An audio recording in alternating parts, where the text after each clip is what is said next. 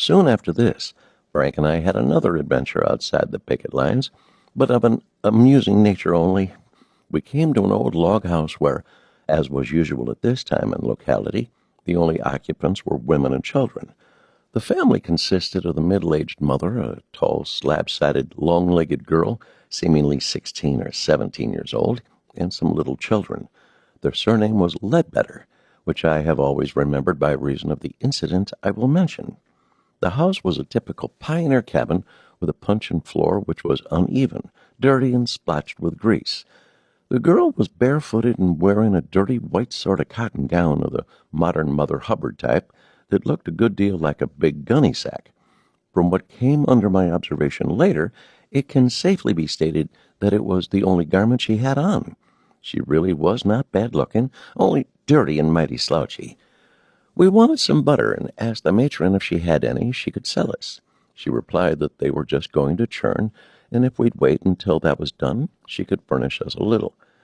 We waited, and when the job was finished, handed the girl a pint tin cup we had brought along, which she proceeded to fill with the butter. As she walked towards us to hand over the cup, her bare feet slipped on a grease spot on the floor, and down she went on her back, with her gown distinctly elevated and a prodigal display of limbs.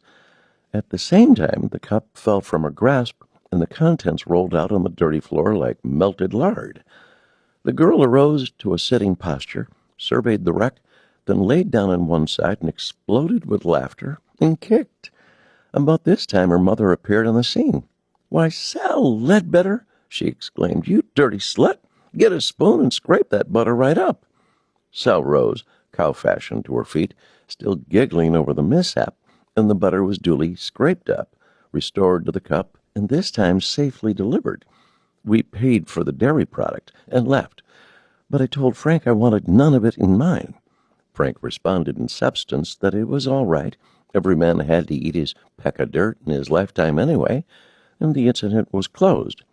I never again saw or heard of the Ledbetter family from that day, but I've often wondered what finally became of